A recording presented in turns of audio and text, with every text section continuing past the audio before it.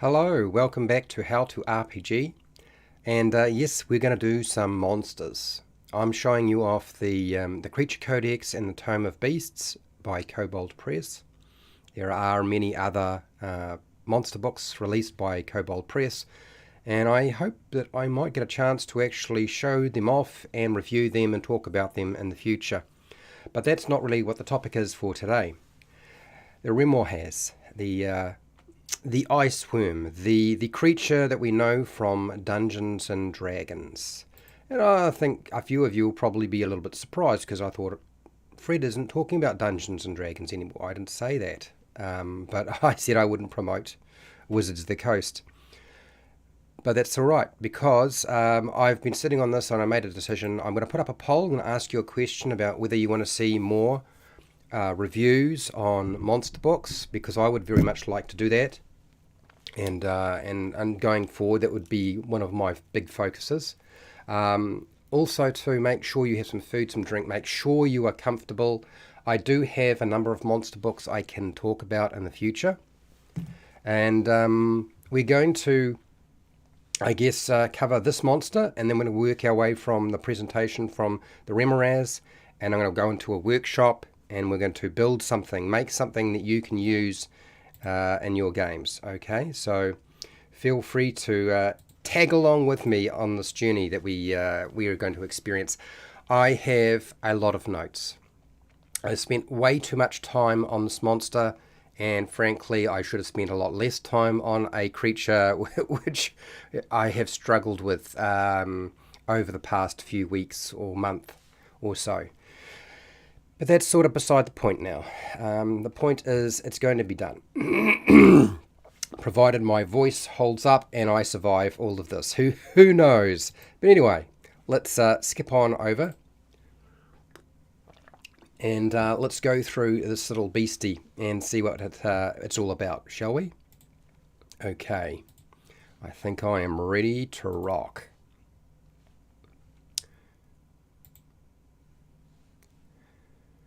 Hi, welcome to HowtoRPG. My name is Fred Weller, and today I want to talk about Dungeons and Dragons. Would you believe it?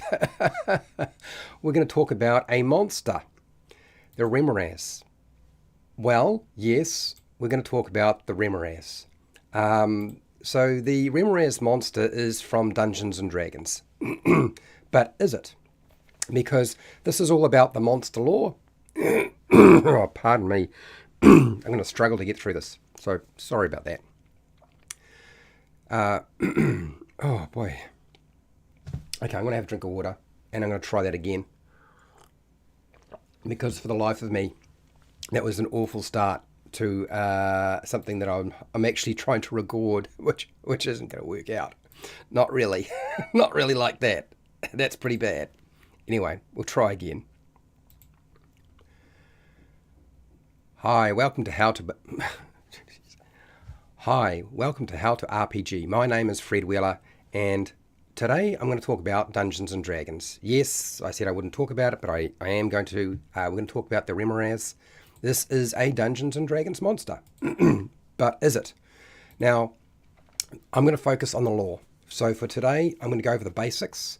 I'm going to go over biology, which you probably haven't ever come across.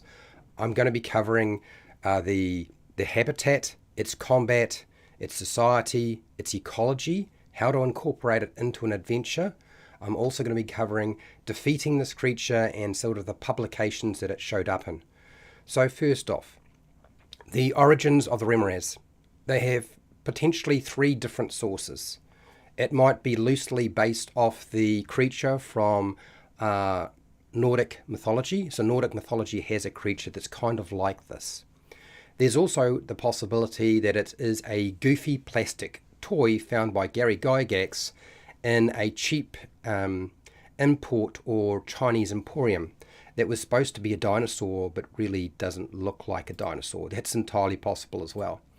But more likely, it is modified from a version of a monster found in another book, and probably modified by Gary Gygax, but he never confirmed this. As far as I can tell from my research, the Remorhaz may well be a version of the Remorhaz, The Remorhaz creature is from a Conan short story called The Lair of the Iceworm. Now, the creature in that particular story was an iceworm. It lived in the ice and it radiated cold rather than heat. I think what Gary Gygax has probably done is just reversed that and made it heat rather than cold to avoid plagiarizing or copyright issues that may have infringed on the people who created the original Conan short story. That's my guess. Can't confirm that at all, but I'm going to put that forward as a possibility. So the Remorhaz basics, sometimes known as the polar worm or ice worms, they inhabit only the chilly Arctic wastes. The monstrous Remorhaz is a cross between a worm and a centipede that radiates heat, as I just mentioned. The Remorhaz is a very aggressive predator that devours any animal, creature, humanoid. They have even been known to attack frost giants, of all things. A Remorhaz has a segmented body with a winged head and neck, and it stands on a dozen chitinous legs. It's got many legs. Remorhaz have icy blue coloured backs. Well, they're icy blue, except for the backs, which have a streak of sort of white sets of protruding spikes, I suppose is the best way to explain it, that are located along the back of the Remorhaz. The size of the Remorhaz can be, it's very wide. It depends on its age. There's a lot of conflicting information with regard to how large they will grow based on their age, but it varies widely. The Remorhaz have a language. It consists of roaring, bellowing, and howling, but it may consist of other ways of communicating that we're not aware of at this time. Now, the biology of the Remorhaz is almost non-existent. So I had to do a lot of research to actually find what I needed for this. The Remorhaz is a carnivorous myriapod. Now, a myriapod is a pretty nasty creature, and they are ravenous, and they are fairly aggressive too, and quite dangerous. And because the Remorhaz is very much like a centipede, it kind of makes sense. A Remorhaz has a venomous bite that injects venom through a sort of like a pincer-like appendage known as a forcipulse. I think it's forcipulse. It's hard to pronounce. The venomous bite of the Remorhaz can induce an anaphylactic shock response. So it doesn't matter if you're going to be allergic to the response to this thing. It's quite nasty. Like any insect-like creature, a Remorhaz breathes through a tracheal system, which is basically a pipe or tube system that runs through its body that collects oxygen and then passes that oxygen throughout the body.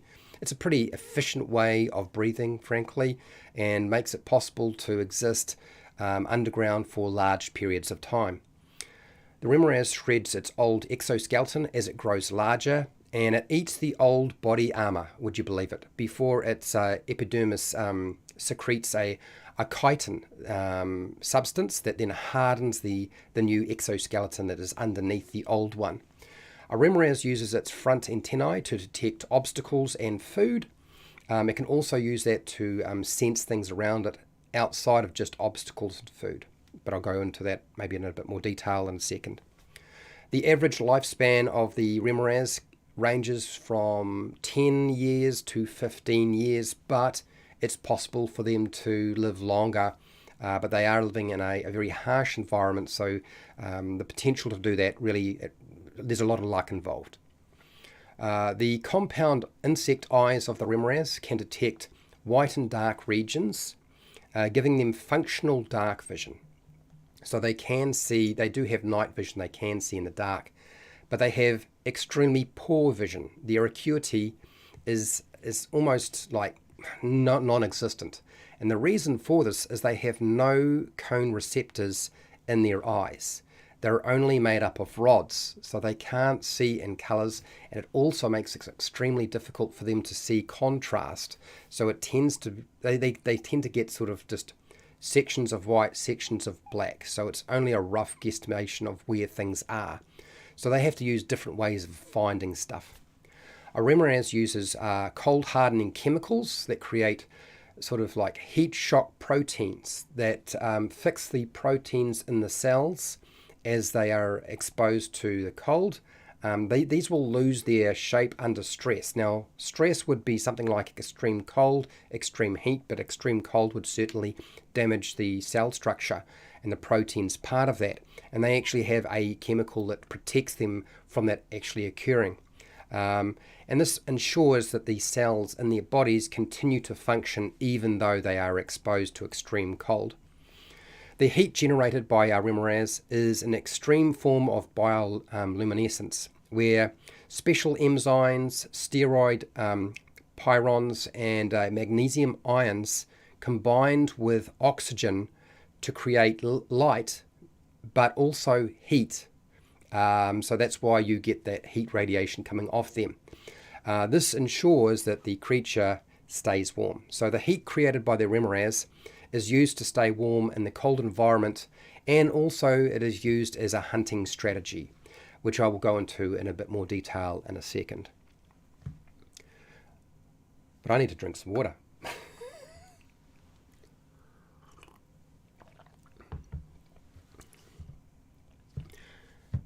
Combat with the Remorhaz. In combat, the Remorhaz beats its small wings, raising up on its front quarters of its body, and then it snaps itself forward and strikes with blinding speed. It's quite frightening to see. A Remorhaz are also able to swallow an entire prey, potentially if they are small size, whole. They don't need to chew them or bite them or anything like that. Down they go. Any victim swallowed by a Remorhaz is killed instantly by the intense heat inside the creature. So the heat is actually inside the creature to help keep it warm, but if you go in there, it's probably not going to help you in the slightest, because you're going to wind up getting cooked. Not only you've got heat and acid from the stomach. When aroused, the Remorhaz secretes a substance that causes its intestines to become very hot, and its back protrusions actually grow cherry red. This shows that there's excess heat within the body. Any sort of non-magical weapon melts with contact with the Remorhaz's back, and any creature that touches these surfaces will suffer catastrophic burns and injuries. To determine when a blow actually strikes the Remorhaz, consider where the attacker is in respect to the Remorhaz, in terms of whether they're in the front, back, or side. While the Remorhaz is rearing to attack, a blow from the front hits the relatively soft underbelly of the creature. When the Remorhaz is attacking a creature, any blow inflicted by a hit is probably going to fall on the head, unless the underside is specifically stated as the object of the attack. Now, you're probably thinking, does this mean called attacks? I'm going to leave it to you. In all other cases, the body is the object of the attack, subject to adjudication by the game master. A Remorhaz is slower than most polar dwellers, so they prefer to burrow into the snow and surface when they can hear prey nearby, hoping to achieve surprise. So their ability to hear is actually pretty good. But what they also have that allows them to hunt and find their prey is Remorhaz have infravision, which basically allows them to detect heat coming off of the creature's body. And detecting heat, or heat detection, is the Remorhaz's primary tool for detecting something and hunting. Habitat and society of the Remorhaz. A Remorhaz lair usually consists of a number of large, smoothly round tunnels in ice or snow or rock, gradually sort of descending into a large central chamber where it would nest. Tunnels in the ice and snow will be very slippery. Now this is because the Remorhaz's hot back repeatedly melts the snow and ice, letting it refreeze. And of course, when you refreeze anything, it becomes slimy, slippery, and icy. The central chamber is only about twice the size of a Remorhaz, while the central chamber of a nesting pear is usually about 4 times the size and may contain sort of icy stalactites in it. So you'll find that the space required is pretty much the same whether you have a single Remorhaz or you have a mated pair. The Remorhaz has a hunting range of about 600 miles, except when wild game has been hunted to extinction in that area.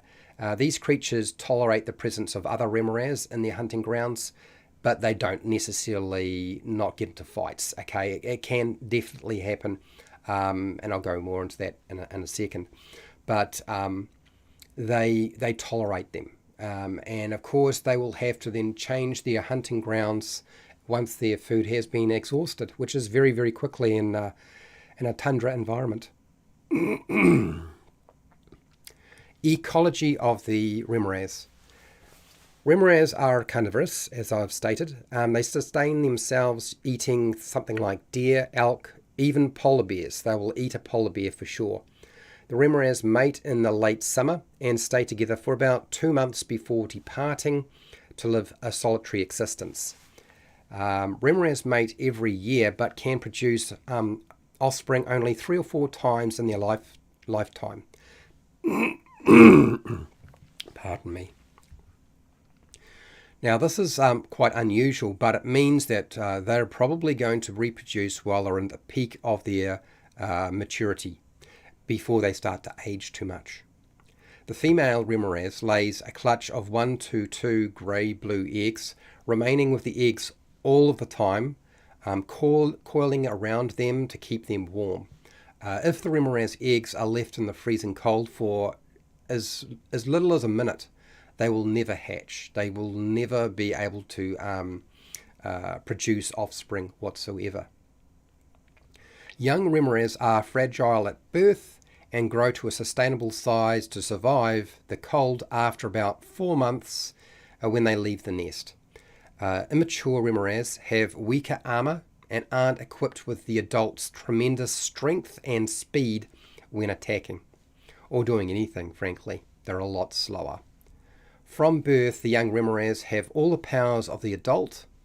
Remorhaz have a lifespan of, ultimately, they can live up to 30 years.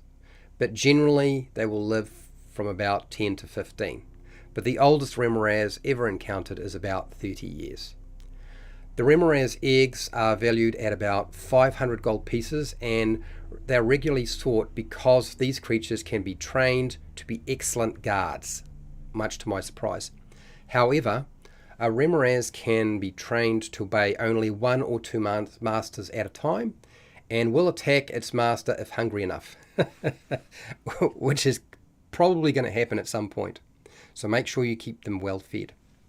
The heat secretion of the Remorhaz, the thymine, there's a product that comes off them. It's valued as a component for heat-related magical items. It can be sold to alchemists for between 5 and 10 gold pieces per flask. So it comes in a liquid form. It's a secretion that comes off from the heat. Sorry, I need a drink of water. Oh, man. Will I get through this? Okay, here we go. How to incorporate the Remorhaz in your adventure. An ancient Remorhaz is protected... sorry. Man, I'm really struggling today. How to incorporate a Remorhaz in your adventure. An ancient Remorhaz is protecting a clutch of eggs from, say, would-be thieves. I'm going to suggest that as an easy way to incorporate them into your adventure if you wanted to. Remorhaz are used as mounts with a sort of a built-in natural seat warmer for those who need a built-in seat warmer.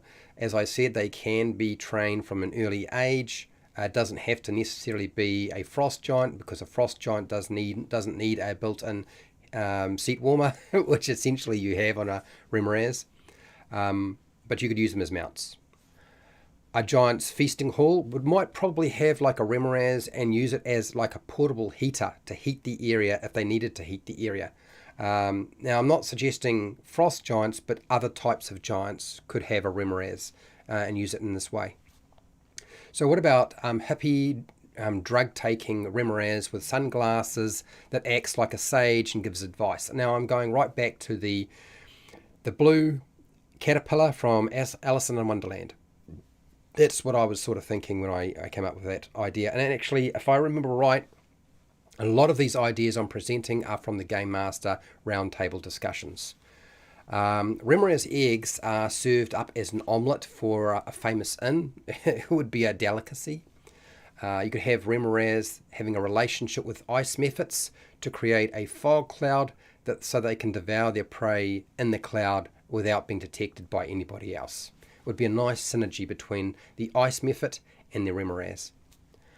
A Remorhaz leads, say, a group of giant worms, particularly maybe like ice worms, against a small town. I'm copying the idea from Tremors, the movie, the original one with Kevin Bacon, okay, and Fred Ward, rather than the other ones that followed. You could have a aquatic Remorhaz that causes underwater earthquakes and tidal waves, or even an undead Remorhaz that explodes when they are killed, which I think is a fun idea. I would have every undead exploding if I could. A group of Remorhaz in a caldera, or say a volcano, are involved in some sort of mating ritual, and they're causing steam clouds. Now, this idea is here primarily because probably the most embarrassing time to show up is when something is having sex. So the mating ritual and sexual activities of the Remorhaz, having your players show up at that time, would be a lot of fun. A Remorhaz with an unusually high intelligence or wisdom might wind up living like a different lifestyle to what you would expect. You might see that there's an entire sort of civilization built around this one highly intelligent and highly wise Remorhaz. Maybe they can even bring the Remorhaz together into a society of some kind. So how do you defeat the Remorhaz? Well, the best option is not to fight the Remorhaz at all, but rather flee or retreat to safety if you can. Stay on hard rock surfaces makes it impossible for the Remorhaz to burrow underneath you or the victim. So just like the Tremors movie, getting underneath there, although they can still detect that you're there and they could still come up on top of the rock if they wanted to, because that's not going to stop them, they can come above ground. It certainly means they can't attack you from underneath. The cold and heat, they have no effect whatsoever on a Remorhaz because it's used to those extreme temperatures. It's used to extreme cold, it's used to extreme heat, so you're probably wasting your time trying to fight it in this way. Fighting the Remorhaz at range is always the smartest tactic if it can be achieved. Sometimes it can't be achieved, and so that's not an option to you. Don't touch or hit the Remorhaz with close quarter weapons because its body will radiate intense heat and you will be injured or burnt from it. Now, the historical publications of this monster, it's appeared in most versions of the game of Dungeons and Dragons, but it was found in the Dragon magazine number 2 in 1976, and then you have it showing up again in the Monster Manual for 1st edition in 1977, then the Monstrous Manual for 2nd edition Advanced Dungeons and Dragons in 1993, and then the Monster Manual for 3.5 in 2003, and then following up the Monster Manual number 2, because there were there were 3 Monster Manuals for 4th edition, and that showed up in 2009, and then lastly the 5e Monster Manual in 2014. And that was the publication history of the Remorhaz. And look, I really hope that you found this interesting and useful in some way, and if you did, fantastic. I'm really happy. Please let me know how you have used the Remorhaz in your game, and if you have any advice for people or any questions, put that down in the comments section. And hey, till next time, keep rolling those 20s.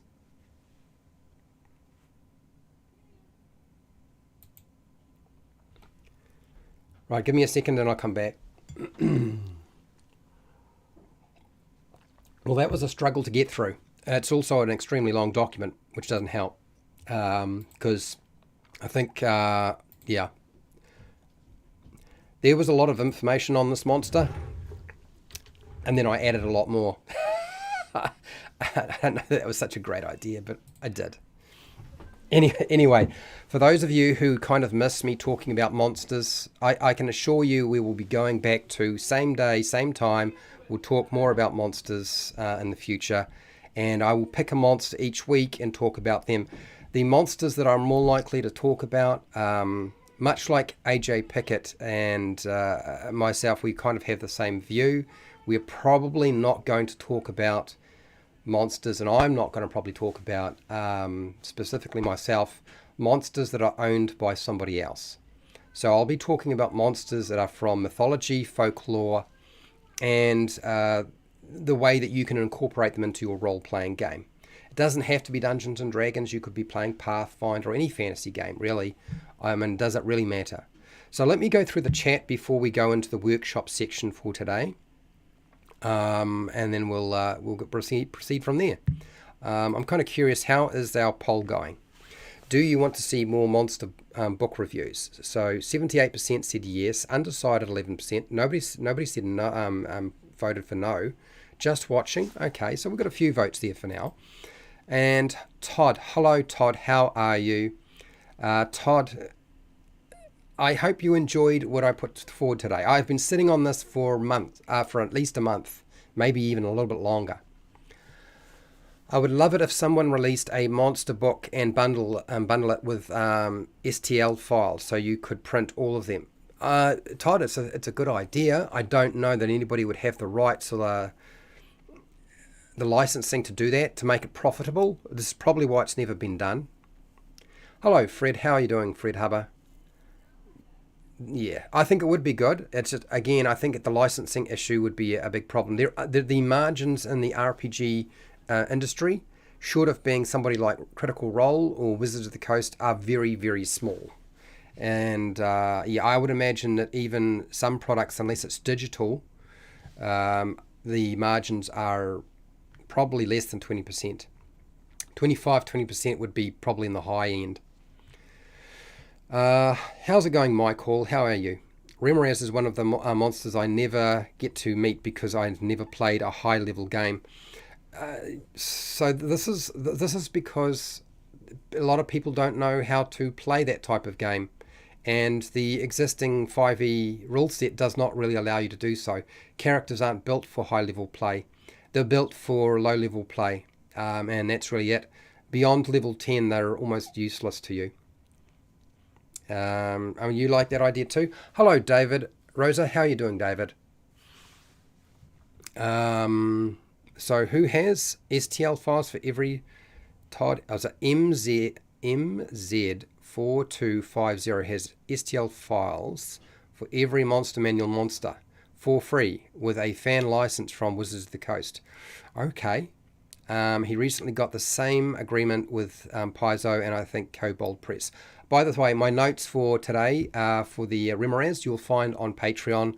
I will upload them. Overboard is a patron, also a moderator, and you love the Remorhaz? Good. Well, I've finally put it out. It's done. Okay. What do you got here, David? Gary Gygax got a painting from a young Errol Otis as a submission to Dragon Magazine. He wrote back and said he used it. Said he'd use it if he could stat it, and he did, from the art. Oh, okay. Apparently the Remorhaz appears in the GURPS adventure module Conan the Worm Slayer, and I did not know that, Mike. Remorhaz is, yeah, I think that's really where the Remorhaz came from, is the Remorhaz. Dyson Snogget. I just dropped two of these beautiful beauties on my gaming party 3 fights ago. Oh, okay. I got one to swallow the Druid's ape companion during the fight. Okay. Bye-bye, ape. That's the end of the ape then, I guess. And maybe the Remorhaz? Is that Remora or Remorhaz you're trying to say there? Because it's not quite spelled. Are you talking about the Remora? Is into being a watch during the mating ritual. Let's not kink shame. Yeah, well, I do strange things in my adventures, so I of course will have mentioned this, and it's look, a lot of these ideas actually came from Game Master discussions that you'll actually find the discussion on Flute Sloot or Jordan's channel for those of you who are interested. Okay, so for today, we are going to continue expanding on the list. I wanted to have 100 different traits for monsters. So for those of you who haven't been part of that in the past, when I did this, I sort of had sort of very specific criteria for what it would look like. And I thought it would be nice, since when I was looking around, one of the things you notice is that publishers, doesn't matter who the publisher is, they never give you toolboxes for making your own homebrew monsters. And this is where my head is at right now, is I want you to have a nice big toolbox that allows you to make your own monsters. So you don't necessarily have to go and buy somebody else's monsters, you can create your own. I really like the idea that this would be something that you can have, and since the tools do not exist, we're building them in the live streams. And I'm going to continue building them in the live streams because, seriously, it would be foolish not to, if you ask me. I think there's too much room for it to become a fun addition to your game. So that's what the intention is for today. But I'm going to have to open the door at some point. I probably won't do it just yet, but as soon as I start getting too hot and it becomes obvious that I'm going to get unwell, I'm going to do it, okay? And then we're going to get on with things. But I'm going to give you a prompt so that you know what we're working with. And I don't know, did I do this right? Is this the right? You know, it's probably close enough. Let's just pull this here, drop this in here as my prompt for today. Suggest some monster traits. Now, I'm going to have to move myself back a little bit. Monster traits. So, things that always work, no resource management,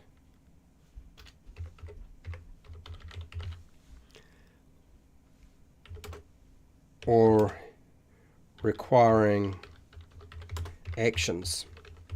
Okay, so this is to make it clear that whatever we're dealing with is something that's always, that's always in place, always working. Things that always work, no resource management or requiring actions. And that's what I want to aim for. Okay, just give me a second while I pull up everything that I need to for this. And I just want to do that. Oh, okay. Now, I think things have changed quite a bit. So, almost forgot, Todd. Todd is also a patron. Thank you for being here, Todd. I do appreciate it. It's good to have you. And because I know a few people have joined and a few people have dropped off. And I try to remember who you are, but as the list changes over time, it gets harder.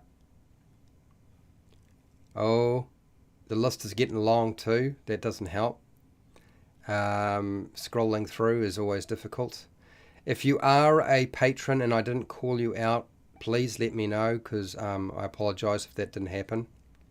It's not my intention to do that. It's just sometimes the list gets long and I don't always remember everybody. Okay, I don't know what this is all about. This is weird. Okay, this is not super helpful. So this is the page I want to work with. Let us move over to that and just get started, shall we? Because you were waiting for that, weren't you? That's why you were here. Right, that is that big enough? Did I need to make this a bit bigger? Maybe I do. My head is huge in this. I don't know why it's so large. Is it because I have adjusted this in an odd way? I can adjust it there, or I can adjust it here. Maybe that's a better way of doing it. But it's certainly not going to work in terms of my face. It's like a major problem. Let's get it out of the way. But there we go. That's better. Okay, and transition over. Right, that ought to solve that problem. And I'll get my phone organized. Pull that up.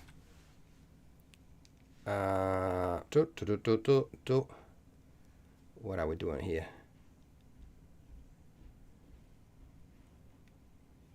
Okay, this is really not helpful right now. I'm busy. I am busy. Okay. Where is the stream? There's the stream. And there's the chat. Okay, I can see it. And hopefully it's up to date. I'm hoping it's up to date. Looks like it is. Okay, cool. All right. Whew. Now, going to move a few things out of the way. And open up my tools so that I've got something to work with. And we will get started. Okay.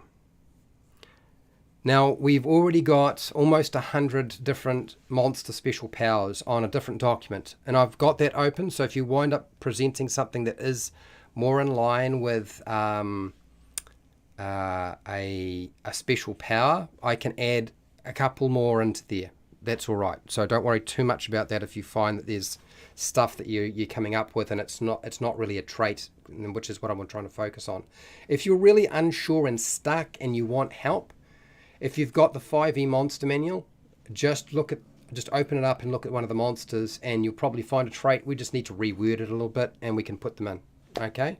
Because I don't want to really just copy Wizards of the Coast stuff, because what we'll probably do is try to make them better or a bit easier to understand, so that they sort of fit in one sentence or a short sentence, for those of you who are interested. Okay, now, I am getting too hot. I'm going to have to open the door.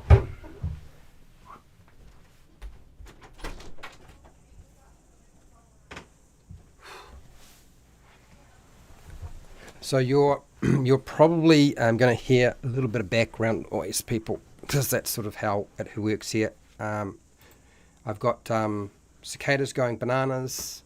I've got my little niece here as well, so she's going to make some noise, and the hat's going off because I can't deal with that. So, all right, let's go into this amphibious. I think what we'll do is we get a definition and sort out amphibious now. It's probably the smartest thing to do. Detaching burrowing claws. Claws regenerate in a week or so. Detachable burrowing claws. Claws regenerate in a week or so. Well, we've got regeneration already. We've already got regeneration. Detachable claws. I'm trying to get my head around that one. Pale Rider. Can't hear anything but you, Fred. Good. Well, that's nice. So the Yeti microphone is doing its job, eh? Okay. Amorphous. Without clear defined shape or form. Lack of clear structure or focus. Okay, so the best description. Meta. Okay. So what we need to do is we just need to highlight what that is a bit more. Amorphous. Can change shape and fit through narrow spaces. That's really it. Can change. How did I manage to get shape. Can change shape and fit through narrow spaces. So there's amorphous. We've got amorphous down. Now, next one. Breathe. Okay. Amphibious. Actually, amphibious might be can swim in water, but amphibious suggest that you can breathe underwater? I'm not sure. It might do. Claws can detach and start to burrow into the victim. Detachable claws. So the claws, the idea is it's not the detachable claws always operates. So if it sticks its claws in, it's going to burrow in, and they regenerate and regrow. I think I understand where you're going with this. So that's why it would be a trait. Okay. Detach claws. Detachable claws. So claws burrow into flesh and regrow a week later. So so there is a bit of resource management involved here, though. Okay, so this is a question mark now. Okay, I've just realised. Into later. So there is a little bit of resource management involved in something like that, now that I think about it. So we might need to sort of come back to this. Because it's hard to define trait. I was talking to AJ about this when he jumped in at one point, and trait and special power, they kind of overlap a lot, but I'm trying to sort of separate them so we get two big lists. That's really what I want to try and do. Okay, that's all right. Okay, right, so let's go back to what I was doing here, which was trying to sort out amphibious. Amorphous, amphibious. Amorphous, amphibious. Let's do this. Let's copy that. Let's check this word.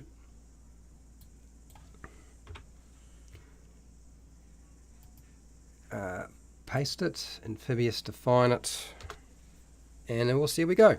Feel free to throw your ideas out there. If you get stuck, like I said, if you've got a monster manual in front of you, you can just suggest some things from the monster traits in the monster manual. Okay. Related to living in, suited for both water and land. Okay, so what is the meaning of amphibious? Live in both land and water. Okay, so let's have a look. Amphibious can swim normally in water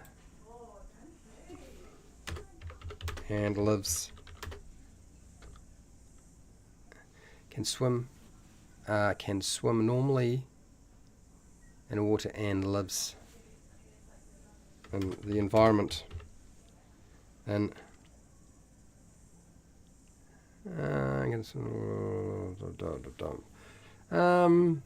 it kind of suggests breathing underwater.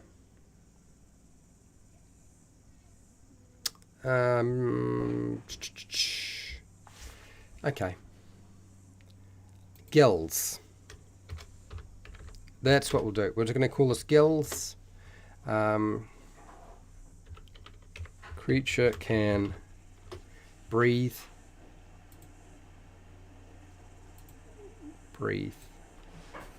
underwater. Okay. Let's put the creature. Okay, so that's got that one sorted out. And this one I'll just tidy up and we'll leave it as it was. There we go. That's fine. I didn't know what to do with blood frenzy. Didn't quite work for me.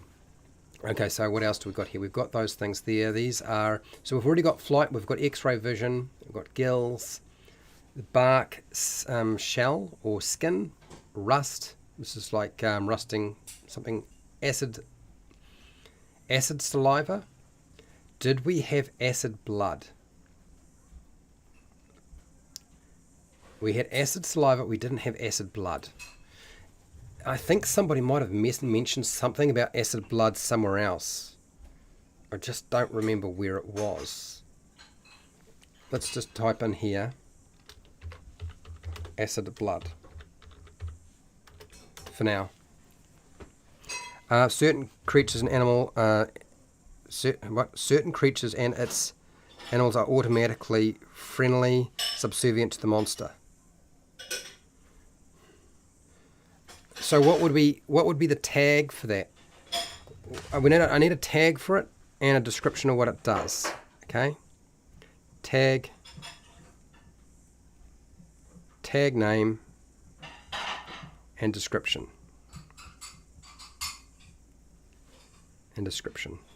Please.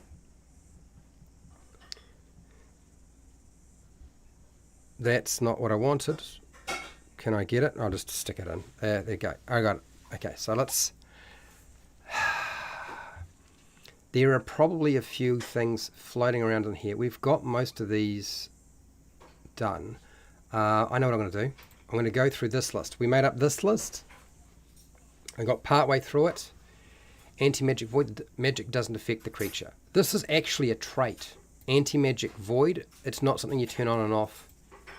So I feel like we can actually port this over. So I'm going to cut this out of here and actually stick it over here. Because it makes more sense if it's actually a trait.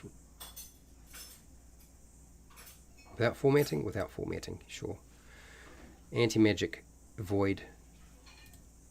Affect the creature. Okay, so...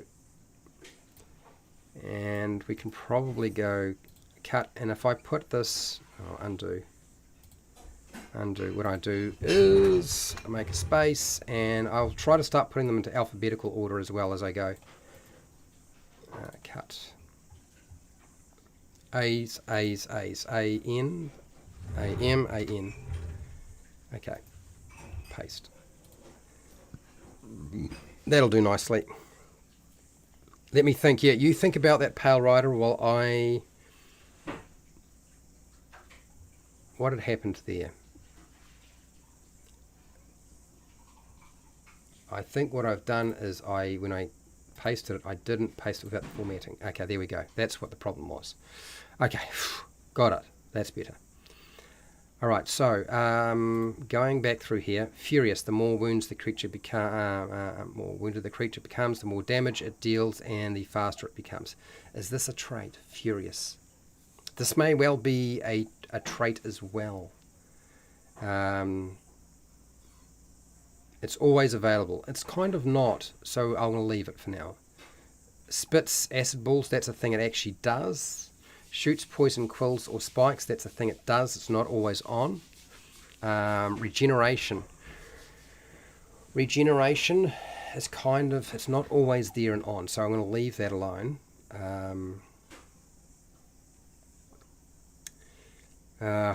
What's the best way of looking at this? Okay, spider crawl, that's actually more of a trait than a special ability. Although to put it in place, you actually have to do something with it, so we'll leave it alone as well. Mind control, that's something you do. Vertical leap, ability, twice length from standing start. Vertical leap. Well, it should be able to always do that, but it's a thing that it actually puts into place. It's okay, so we'll leave that. Rush, charges, right, spiky body. Teleport, short distance, making multiple attacks in a short space of time. That's the thing it does. Vapor form can temporarily change into gas vapor, so that's the thing it does as well. Farts of wonder, good lord. Can temporarily increase its or decrease its body weight. That's the thing it does. Expand, that's the thing it does. Can survive being frozen solid. Screech. Maybe my definition and criteria around traits is too strict. So I've got both documents up. So if you give me traits and powers, I just got to separate them, right? So let's just do monster traits and powers. Hashtag. let's try monster traits or powers, because I'm going to need some more powers anyway. That'll sort of open things up. Tag the creature affinity, a group of creature animals automatically friendly. Oh, I see. Well, we have a charm effect, and there's a charming effect in here already. I can assure you we have charm, mind control, spore cloud. That's that one. But I think there's another one in here as well that is a charm effect. Is probably going to be very easy to use. We had vegan play possum, expand body. It can self-destruct and reform. Can survive being solid, frozen solid. Bloodsucker. Okay, telepathy. Can read a creature's thoughts and emotions. I think we'll put that over into traits. Do we want to do that? Communicates. I think that's right.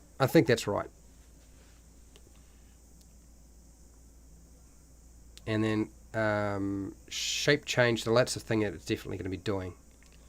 So, okay, well, let's cut this one. Let's cut that one. I'll put that in here for now, without formatting. Okay. So that is fine.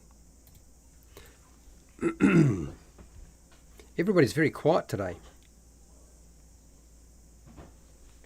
Probably because this is becoming more difficult. The more we have to work on this sort of stuff, the harder it becomes.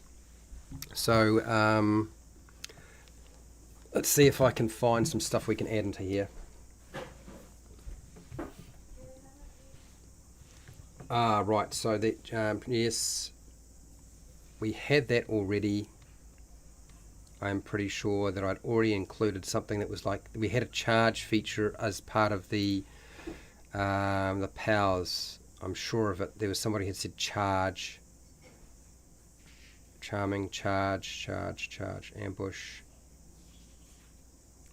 charge. I'm sure it's in here somewhere. Dungeons and Chronics, hello, how are you? Okay, what's this, Pale Rider? Creature's skin exudes a sticky mucus that has a chance of capturing weapons and possibly creatures. So you're So what you're trying to do is you're trying to duplicate the mimic trait. So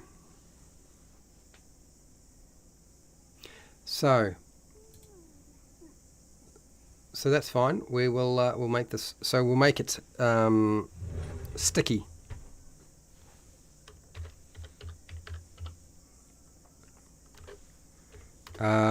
Right. So this is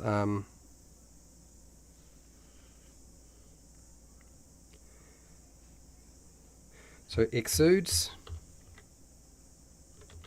a sticky mucus that possibly that potentially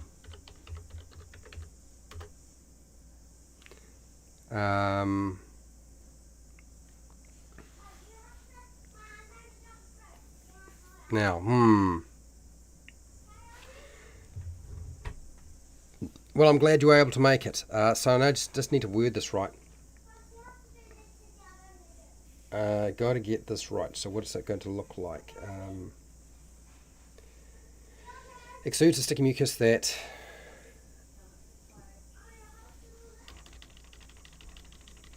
things attach to.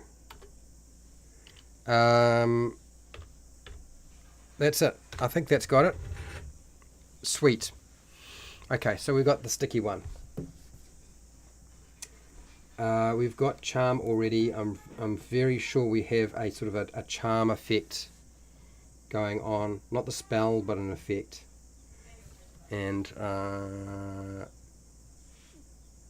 okay. do we have, so that's always going to be in effect. That's always on, so we're sticking it as a thing that was always going to happen. I wonder if we have this though. This is not constricting, so, or crushing, constricting or crushing. So whether it's be a tail, this is kind of like what a snake does. The blink dog or displace a beast power. Yet I don't know. Blink dog, displace a beast. What are we talking about here? I remember some of the stuff. Displacer. Displacer beast. Displacer beast. Where are you? Dis me. Come on. It's dragon. Here we go. Displacer beast. Displacement. So there's avoidance and there's displacement. Avoidance is boring.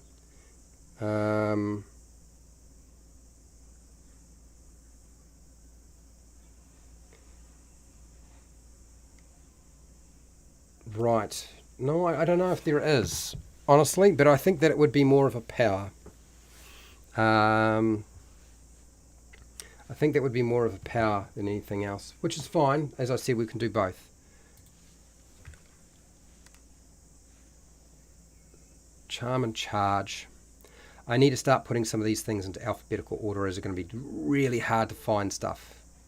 Charm there. Charm is all the way there. Hello, OKSDM. Hello, Dennis. How are you, Dennis? What do you got here? Do we have anything like the blink dog? Okay, you've already said that. Not sure if it's usable, but always liked filling my golems with black pudding or green slime. So we have a feature already that is acidic saliva and a slime feature. There's already something like that we're using. Okay.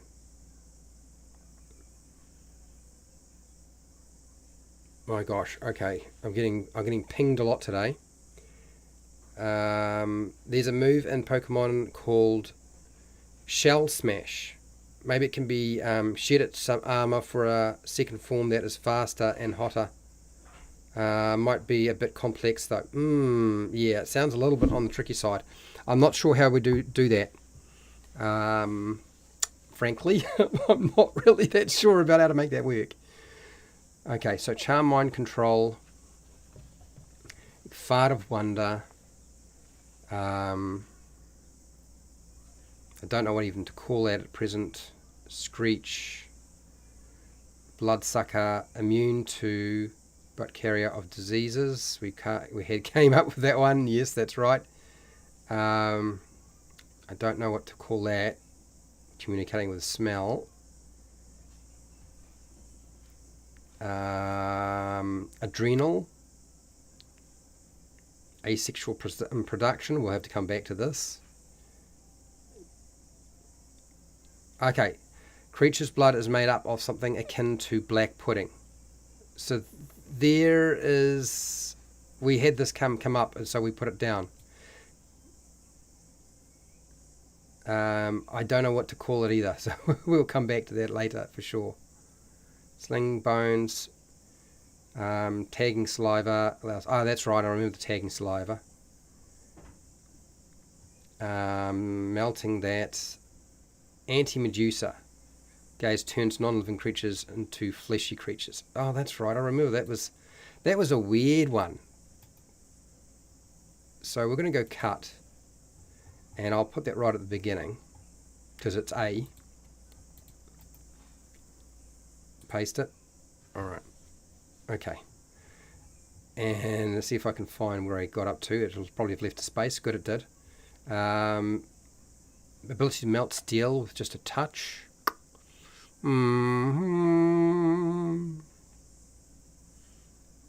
Osmosis leech, adrenal vampire. That's right, I remember we had the adrenal vampire, which is a special ability. So we're going to cut that and we'll shove that over here. Adrenal vampire. It's kind of in the right place, not quite, but close enough. Next, osmosis leech, and then we got yin yang, cloud, confusion. So maybe we don't have cloud of something. Oh gosh, cause panic, fear, apex adaptation. The creature develops new traits to suit. Now this is apex adaptation.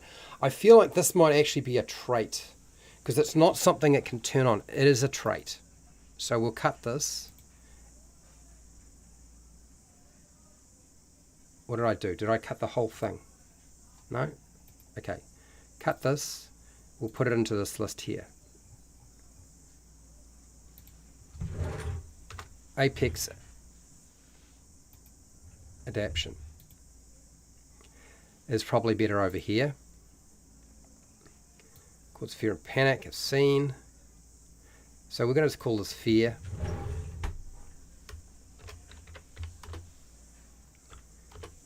Okay, so what have I got here? Do we have a sonar detector ability yet, like the bat? Yeah, echolocation. Could be blind wolves of the bush. Yeah, I do think there is an echo. Yeah, it's right. So echolocation is right there. See, echolocation. So we do have that. So yeah, if you're wondering if we had echolocation, we do. Causes fear and panic if seen. So it is not something you turn on and off. This is actually a trait. It can go into traits. Under fear.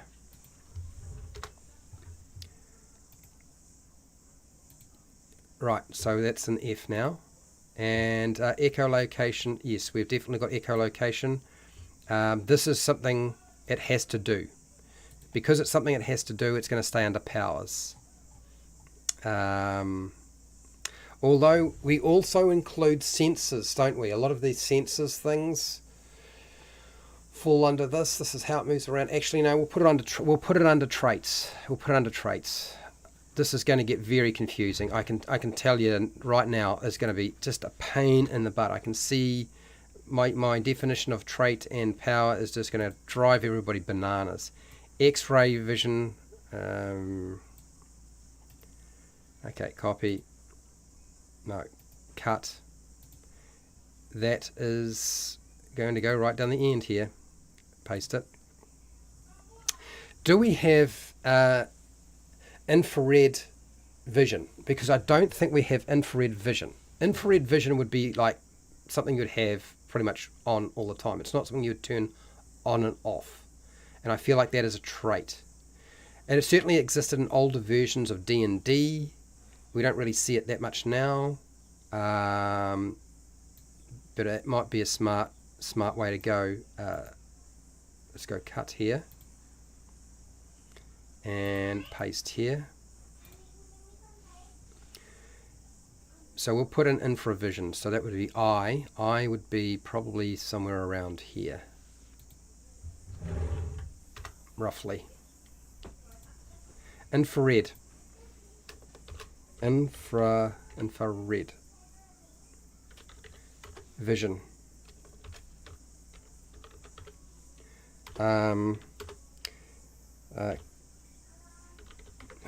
So the creature can see heat or detect heat waves. I think that's there. That's what we'll put in. That is definitely, I feel like that is a trait. Oh, this is going to be a hard one. I can see it now. Top of the hour already, and I should probably take a break. And I will. Yes, But I don't think that we're going to have infrared turned on and off. I'm just going to list it as a trait, something that's always there. Do you know what I mean?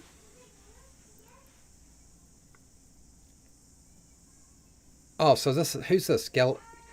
Galati G. Would a monster power be screech, but a monster trait be screeching or debilitating quality to its sound voices? Yeah, so a monster power would be like you use your action to make an actual screech that does something, and then screeching or debilitating quality. A trait would be when you make noise. I suppose it's debilitating in some way, because it would all be always on. It's a difficult one. I mean, I had this discussion with AJ in the past, and he's like, yeah, the differentiation is hard. So I think the best way to think about it is let's think in terms of monster power can recharge. There's a recharge feature. It's not always available, and it uses your action. Whereas monster traits, it's no action. That's what we'll do. Okay, let's make that our definition. So hashtag monster trait doesn't use actions. Hashtag monster powers use an action. I think that's the only way we can define this. Otherwise, it's going to drive us nuts. It'll drive me nuts. I already feel like I'm losing my mind trying to separate the two and try to determine which is the one that we want to go with. So right now I'm like, So that's something you actually have to do. And I don't know that we actually had a proper charm feature. So I'm going to put in here charm.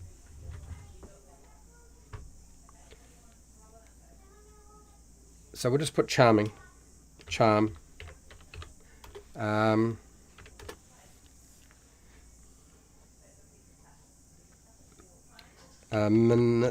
Manipulate other creatures into liking you.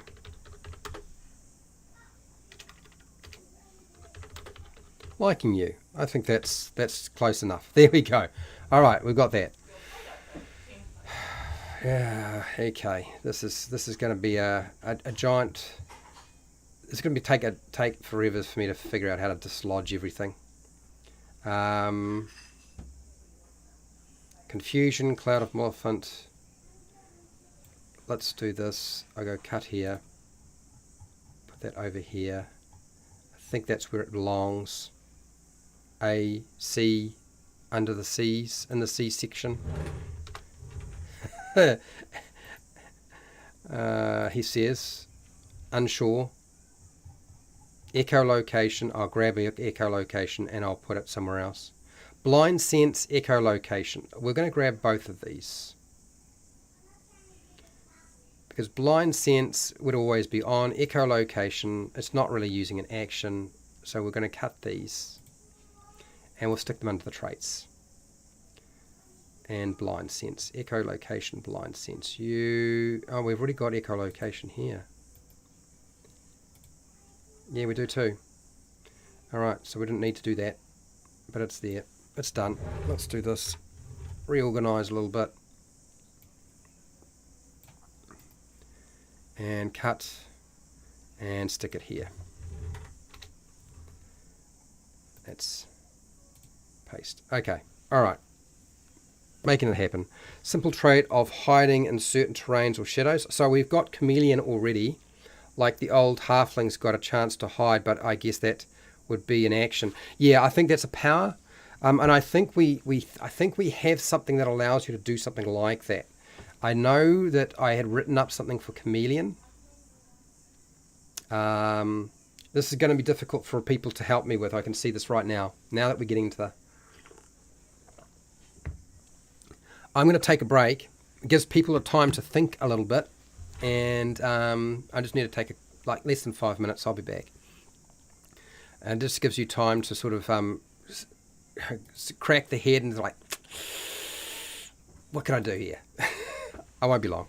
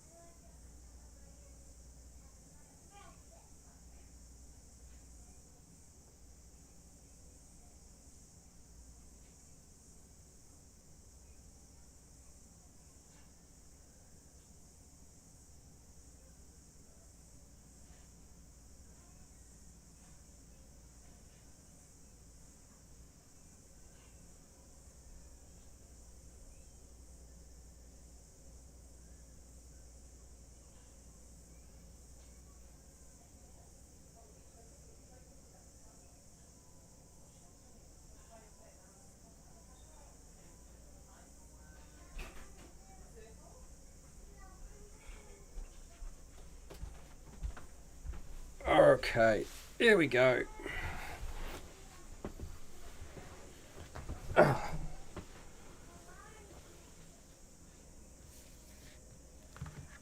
Right, I'm back. Gives you time to eat, that's fine.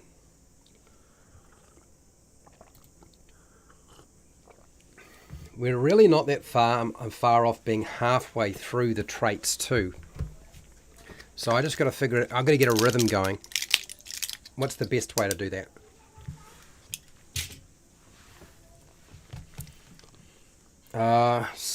Well, I've got 3 monster books in front of me. I should be able to make this happen, shouldn't I? Ambidextrous. Pale Rider, brilliant. Brilliant. That's actually very clever.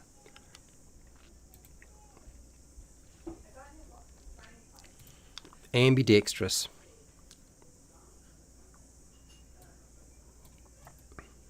Copy it and put it straight over to here. It's always in fact, ambidextrous would be A. Ambidextrous without formatting.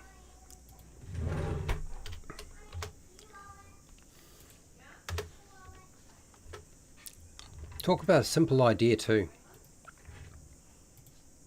Let's just define that. See something that will actually help define this. Come on. Paste. There we go. Ambidextrous. What do you got here?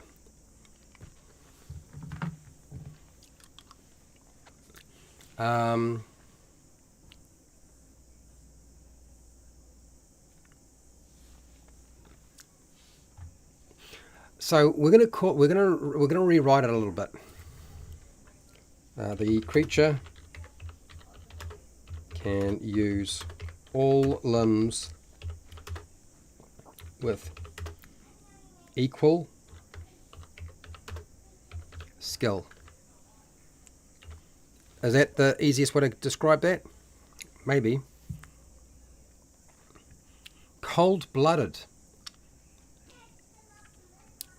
Not bad, dude. Pretty good.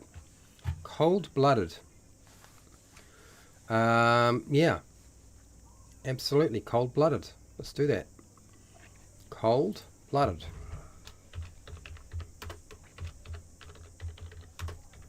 Now,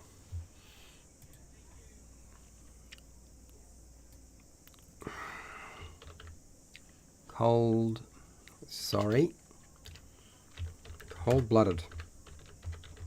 It's not necessarily a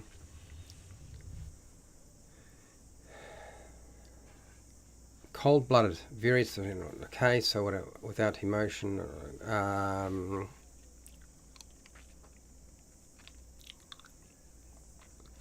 So cold-blooded, what does this mean? Basically, it should really designate that it allows you to exist in a cold environment. That's really what we're trying to do. That's really what we're trying to do with this, right?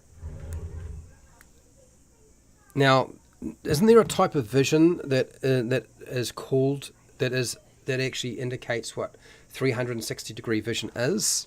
It's a really good idea, Pale Rider. You're right on the money with this. Let's come back to that idea. Sharks have it.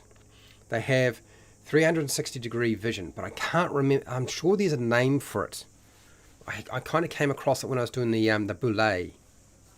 So cold-blooded creature can survive an extremely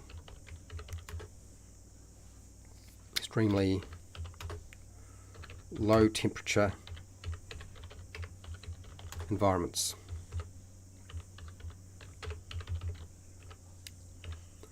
There.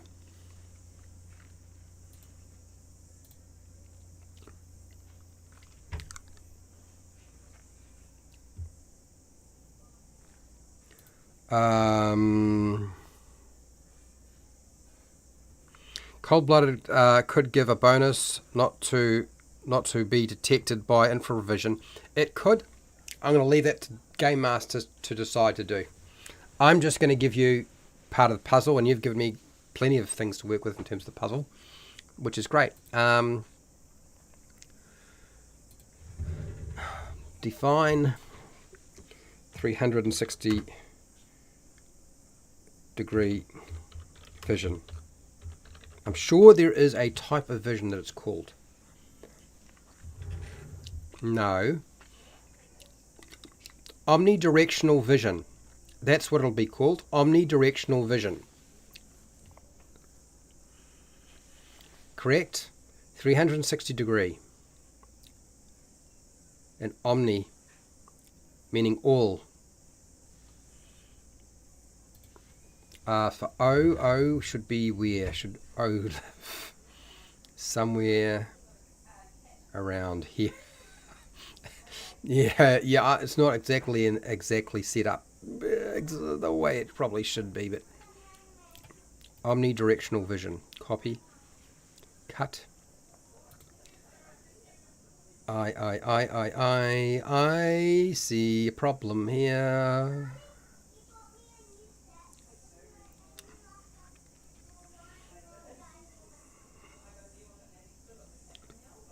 Let's do that. Let's just put that there for now.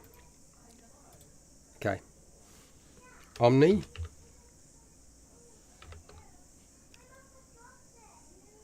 Omni. Now, why am I getting this wrong? Getting it wrong because it's omnidirectional. That's what it needs to say. Omnidirectional. Omni.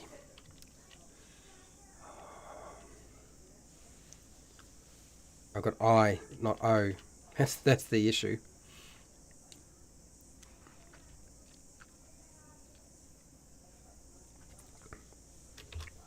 Omnidirectional vision. The creature can see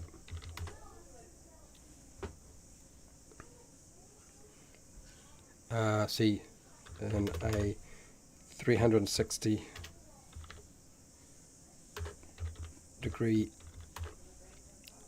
arc.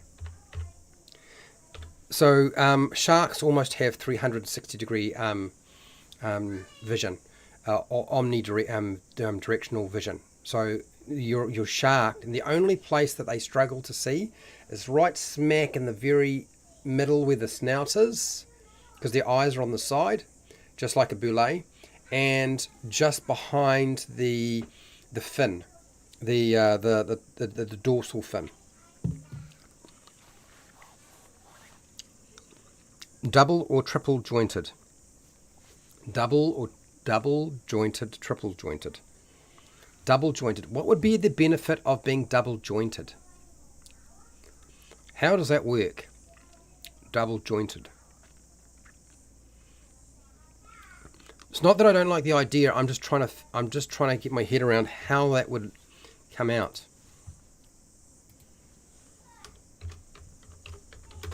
Double jointed. I am very unsure how that would get classified. I see what you're saying.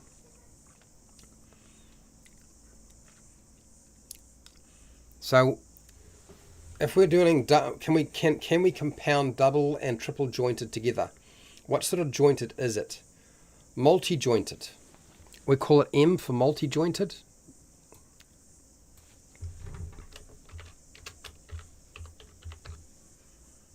I think that's going to be the easiest way to deal with that one, is to call it multi-jointed.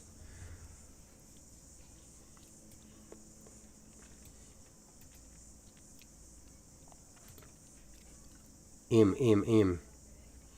Further. I guess roughly about here. Somewhere like that. Paste it.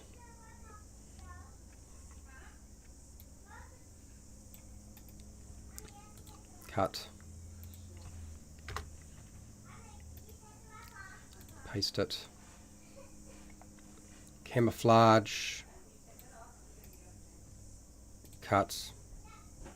C goes here. Paste it. ST. Cut. Let's go in here.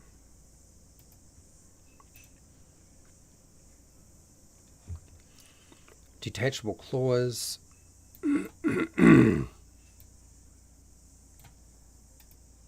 Cut. So D. EDDC.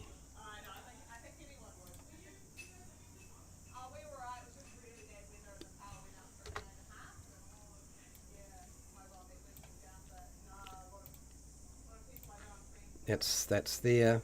Gills. Blood frenzy. I don't know how to. I don't honestly know if that's necessarily going to work that well. So, blood frenzy.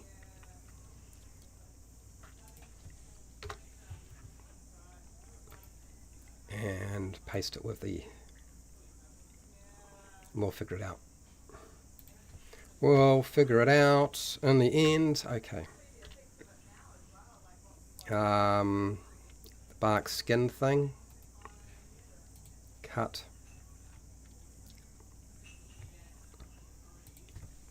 Okay. Before I get too far, I'll just start putting this thing into sort of alphabetical order so I can find stuff. Omni Rust F. Cut F. F.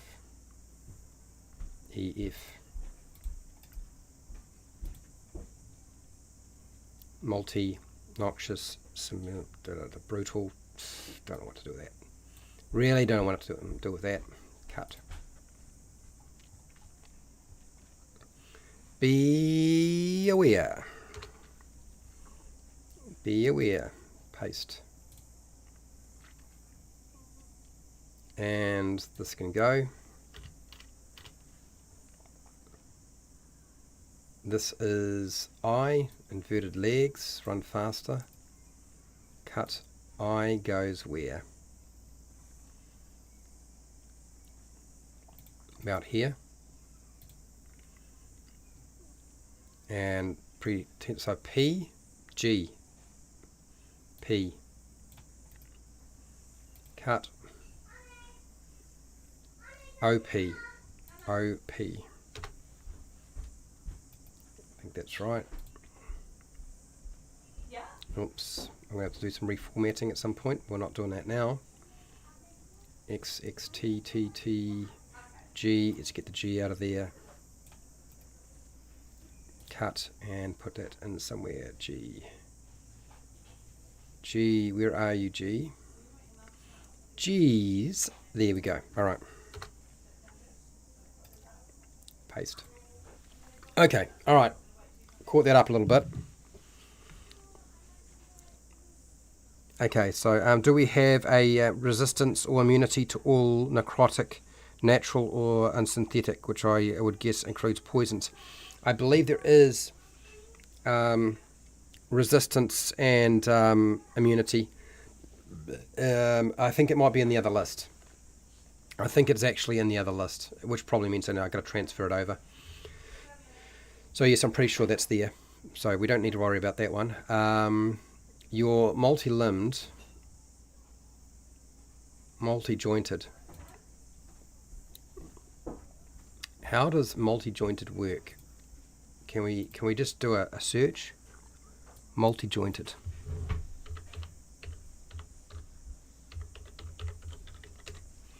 Multi-jointed. What do we got here? Multi-jointed define. Okay. Having multiple joints. But what's the benefit? Hypermobility, also known as double jointedness, describes joints that stretch further than normal. Okay. Okay. So limbs and joints stretch and move. Stretch and move what? Further than normal. That'll do. Further than normal.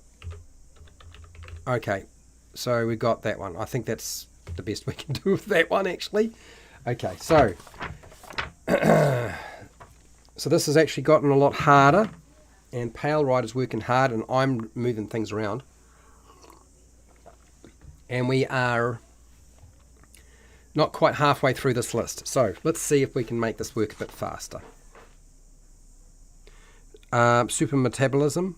Supermetabolism. I guess it would be. I'll put it under super.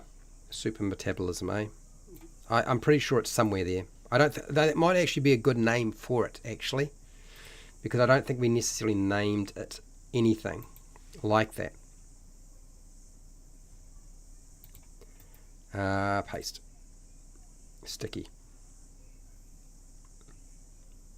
Slick. Supermetabolism.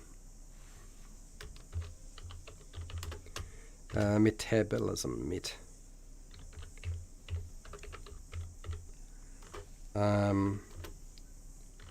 Resistant or immune to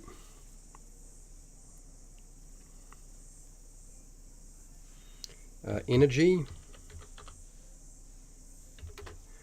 I'm sure we had this already. I'm sure we had something like this already. So before I go too far with this, and I think it was early on in the powers too.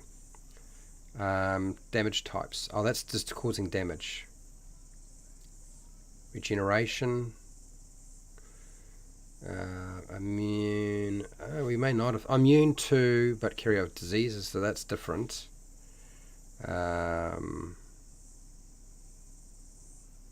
Absorption, asexual. Immune resistance. Immune and resistance. Okay, so we didn't have that, so we'll just make this now. Energy, damage, energy, damage, radiation, etc. Sort of covers all the bases for that one. Omnivision, you could possibly attack someone behind you without turning around. Yes, a monster might be able to do that. Makes sense to me. I get it. Makes sense completely. So, right, traits. let's decouple. Traits. No.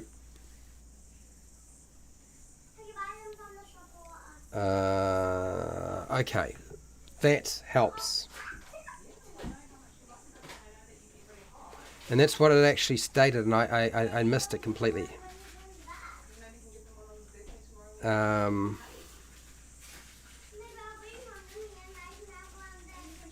Amphibious. Can swim normally in water. Nah, we won't worry about that. Probing telepathy, mucus cloud, and slave. No, let's keep moving. What else?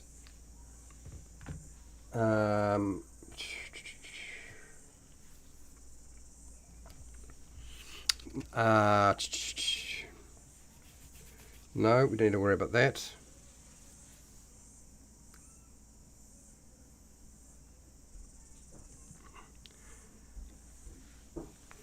So, I guess, what would you call that?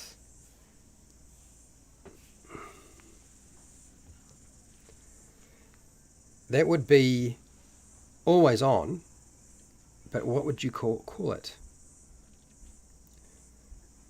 I guess we'd call it supernatural awareness.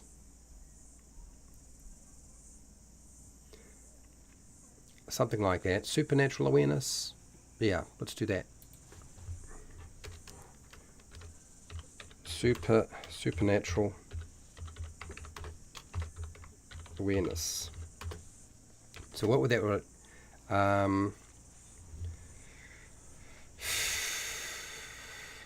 This would be like can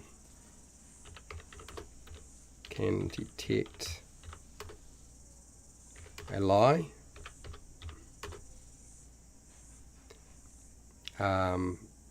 lie, illusion,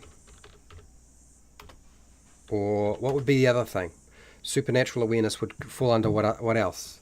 Supernatural awareness could lie, illusion, and I don't know what else to put in here, but I'm sure there's more.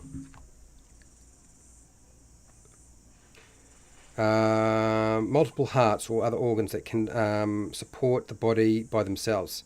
If one is damaged, the body shuts it down and relies on the others.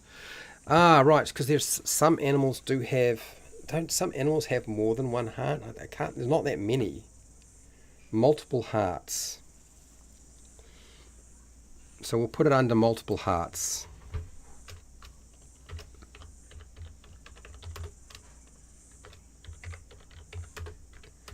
Hearts. And what is it trying to do with multiple hearts? Like, so what do you got here, Pale Rider? Colossus's diamond skin. Well, we've got bark skin, we can have diamond skin. I don't know what to do with this here. So I'm a little lost again. Multiple hearts.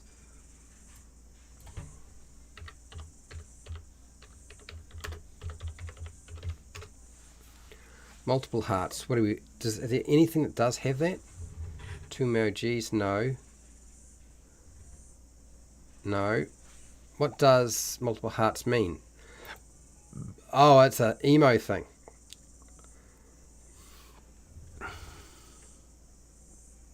Yeah, I don't know what to do with this.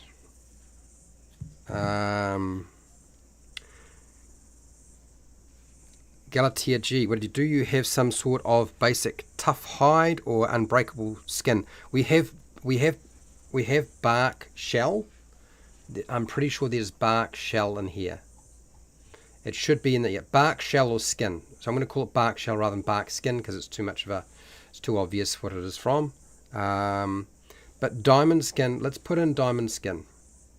Shall we? We might as well. It's always going to be there. Diamond skin. The creature's skin is super hard. There you go. That's really all I can think of.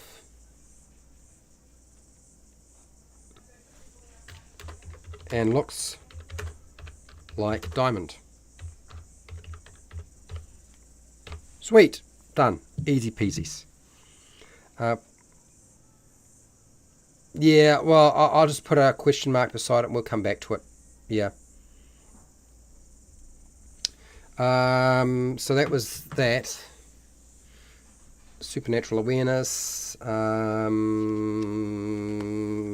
else have we got here that we could use? No.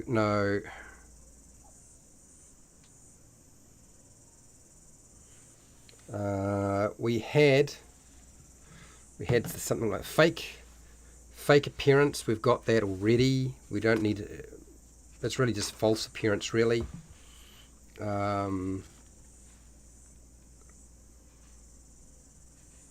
Don't like that. Problem is with a lot of these things, they don't really have anything that's cool.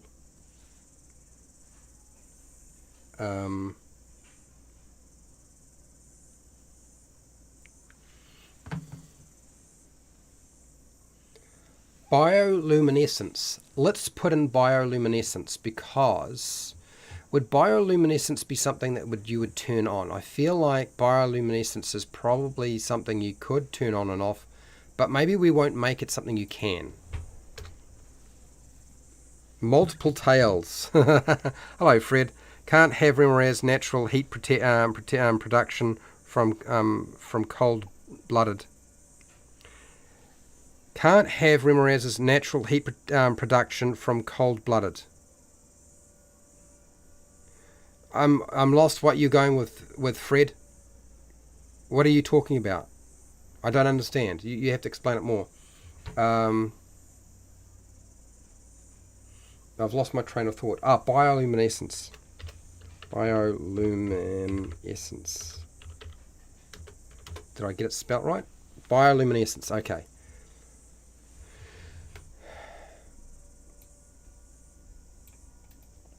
Copy.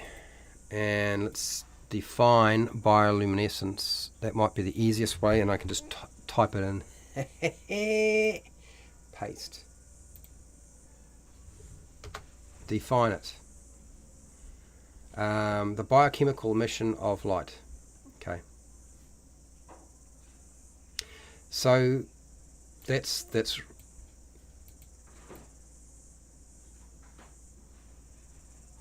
bio creature. Okay, that is all I need. I'm just going to copy and paste that in. Here we go. There we go. The biochemical emission of light by a creature.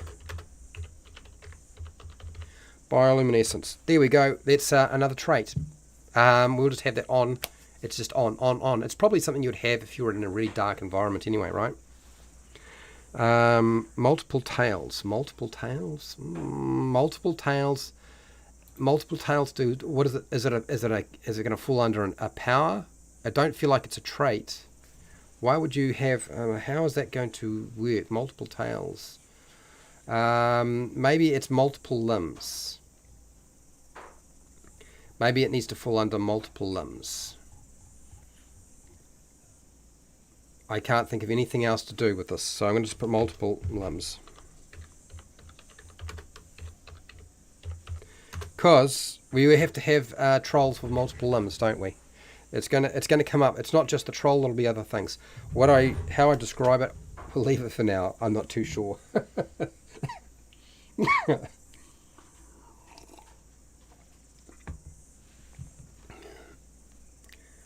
Right. Okay. So veins are encased in bones, resistant to slashing weapons. I think that's just natural armor. Let's just make a trait that's natural armor. It's not something you turn on and off. I think it's exactly what you're talking about, and it makes a good trait because it is a trait. Do you know what I mean? It's an easy one to get away with. So let's just do that. Natural armor.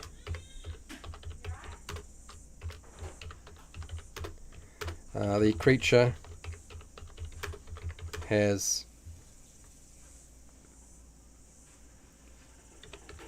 plating or skin that protects it.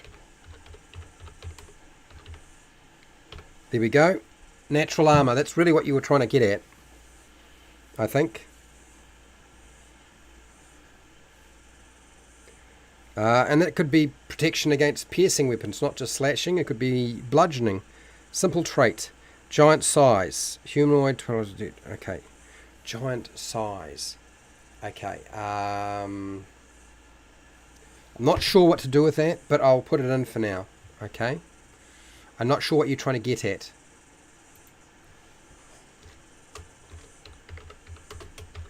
We do have a power that allows you the creature to expand, but it's in the powers section on the powers table, where it expands or swells up and goes from being a small size to a larger size. Yeah, natural armor sounds good to you. Good, cool. All right, so moving through the horrid issue that we have here.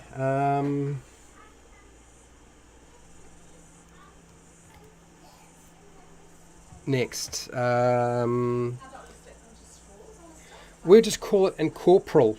We've got monsters, but we're going to have ghosts and spirits. So let's just call it incorporeal, which is I. Incorporeal.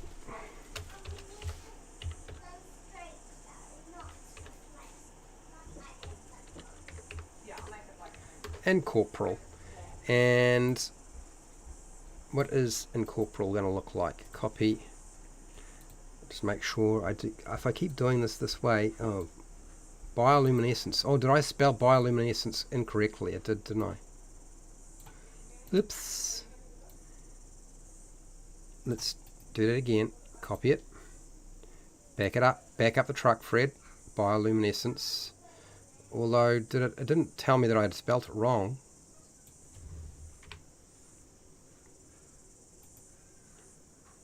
Paste without formatting. Bioluminescence. Okay. Sweet. Now we were doing incorporeal, which is going to be a trait because it's not something you can turn on and off. It's always there. It's not an action. It's not anything like that. It'll just be incorporeal. So this is to deal with our ghosts and spirits and other things like that. Let's define it. Incorporeal.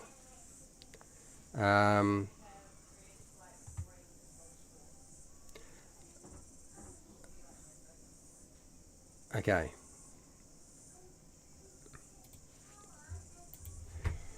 The creature has no physical existence and can pass through solid objects.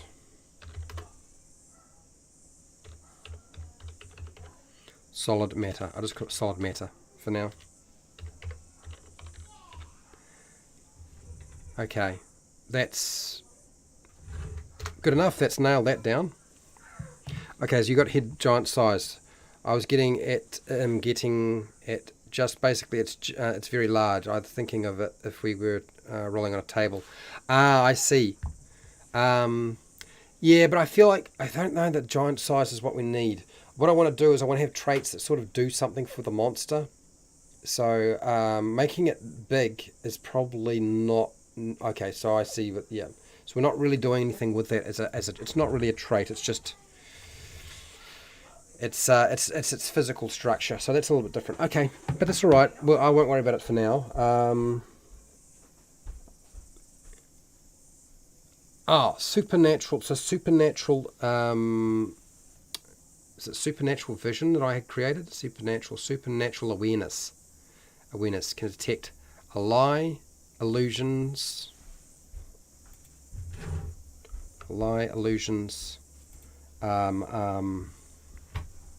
spirits. That's what I wanted to put in here.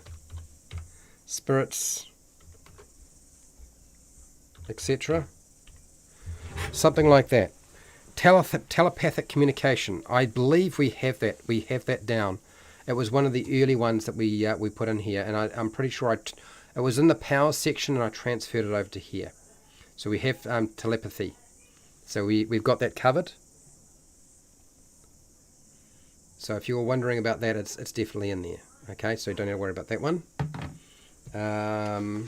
Next.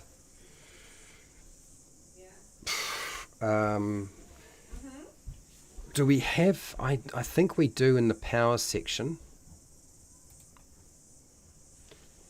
It would be, it's going to be a long list of things to wade my way through.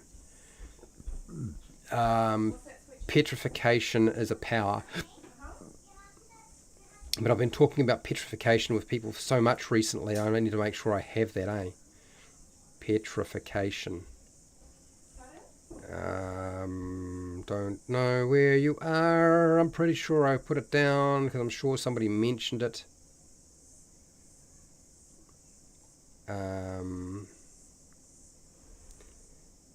No. Maybe it's not. Maybe it's not. It might not be here.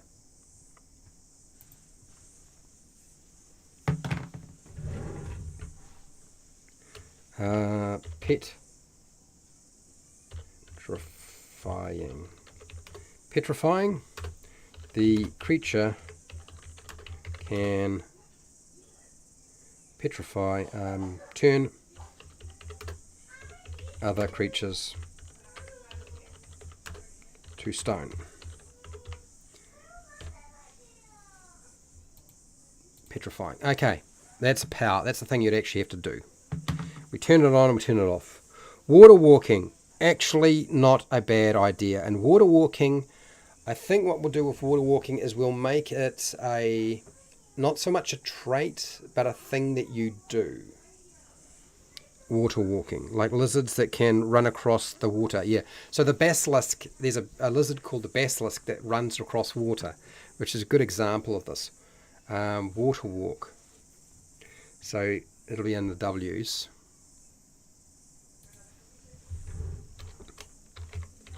Water walk. The creature can walk on water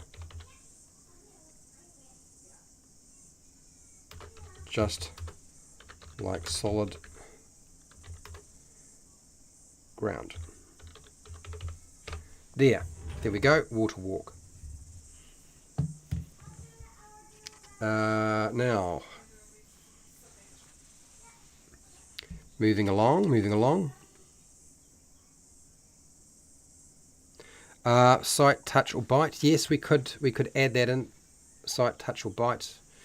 Petrifying. I just need to find petrifying now. P.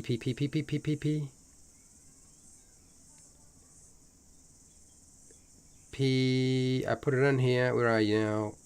It's in here somewhere. Petrify. Here we go. A creature can turn other creatures into stone by bite. Bite. By sight. By sight. By sight. Touch.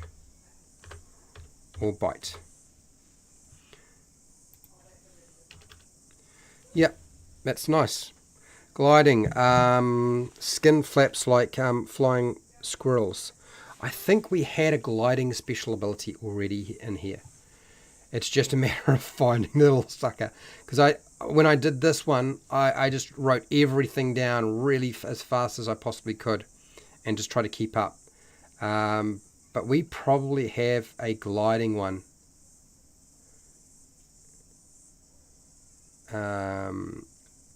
But we'll see if we have glide in here, and if we don't, I will add glide.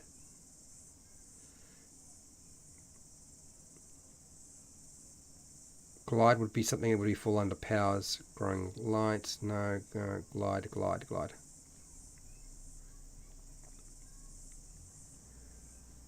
short distance, glide, glide, glide, glide. Spider climb, cloud, unleash, no, grow, glide. Okay, so let's stick in glide. Glide, and that is the creature can float, fly, or glide for a short time on air currents.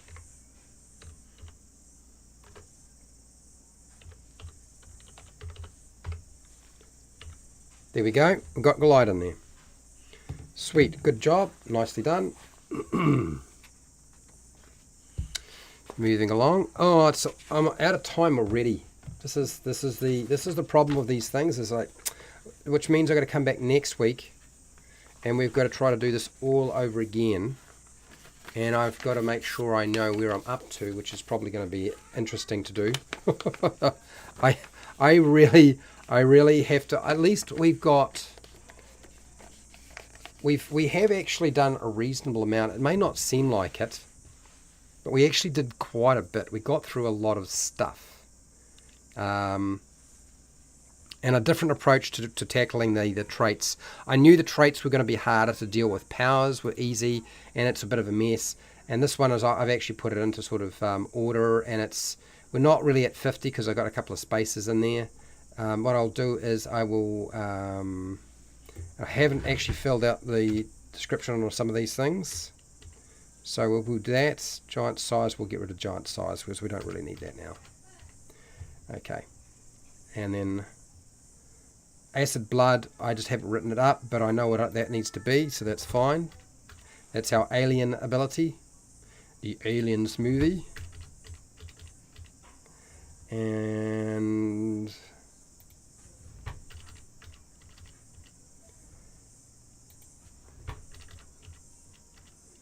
oh, I thought we would have gotten more done than we did. But it's not too. I mean, at least this is in order now, and the other one is going to be a bit of a pain because it's all over the place.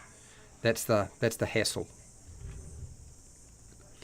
Has a strong magnetic field, attracts metal or mass with sensors. Magnetic. Now we may have magnetic, but is it under? I think we put it under our power. I don't think I put it under a trait. But maybe you're trying to work with it being a trait. I'm sure we had it under powers. Let me have a look. Magnetic. Or gravity. It's probably called gravity, but not magnetic. No, magnetic. If it's not here, I'll put it in. Metallic. No, that's something else. Magnetic. Magnetic. Well done. I think you may have found one we haven't got. Magnetic. I think we're going to leave this as a thing that you can turn on and off. So it's an action to do, okay? Magnetic.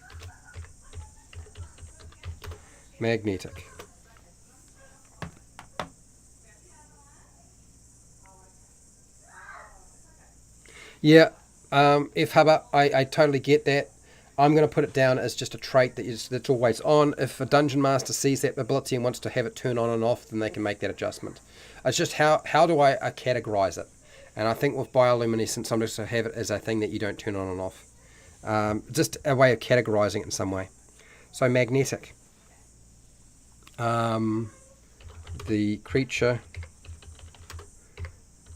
attracts metal to it, or can move metal around. That's magnetic. Okay.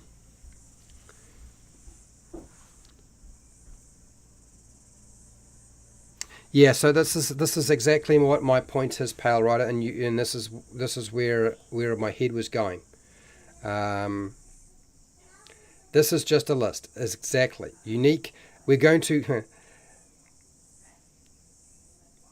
we're going to make a list of unique body parts and sections for your monster as well in the future. So I want monster traits. I want monster special powers. I want monster body parts, and then we're going to do monster origins, different origins that the monster could have. A big list of them. And once they're all done, I will put them up onto Patreon. Okay. No, it's all right. Your lag is all good. It's all good. Don't worry about it. The video does. The chat doesn't lag, but the video does. Well, that's awkward. What a pain. Okay. Anyway, we are all done for today. I didn't get quite as much done today as I'd hoped, but we've had some really good work days where we've got so much done. If we have a day where things don't work out quite the way I would have liked, and we don't get a huge amount done, I'm going to put that down to that's life. Not every time you sit down for an hour and a half or so is going to generate exactly what we want, and that's just life, right? I think it's the best way to approach that. Let's finish this poll up. And it looks to me that a lot of people want to see more monster books. I'm going to review at the end of the week the Monster Manual for Advanced Dungeons & Dragons First Ed Edition. One of the patrons has sent me the book, and I'm going to show it off. I'm going to flip through and I will review it. But it's not like the reviews you would normally get, people, because we can't compare the Advanced Dungeons & Dragons Monster Manual for First Ed Edition with other monster manuals. It's like the first of its kind. Do you know what I mean? It's like comparing the Model T to modern cars. It would be ridiculous. So that's not what my intention is with that, by the way. It's going to be a very different thing. Hello, Echo. Recently found the channel and devouring the Phandelver content. Thanks so much. You're welcome. You will probably not run out of Phandelver content for any time, mate. There is so much there. It's massive. There's so much that we've done on that. Heaps and heaps. And anyway, I've got to get going and go to work. So I want to say a big thank you to my patrons. I really do appreciate it. They make a big difference in supporting the channel so that I don't have to rely completely on AdSense revenue. I want to thank everybody who took part in the poll today for this live stream or watched the live stream, but particularly those people who took the time to type in and communicate in the chat, because it really does help when you do so. A huge improvement for me. And thank you for sticking around for so long, watching the replays of my live streams when you do, which are very long, and I understand that that's a bit of a pain. The edited videos and putting up with the shorts videos that I put out from time to time. So thank you very much. And wherever you are in the world, whether it be the morning, the afternoon, the night, or the wee early morning, please look after yourself, your family, and your friends. Be nice to your neighbours. And hey, till next time, keep rolling those 20s. I got a little singer over here.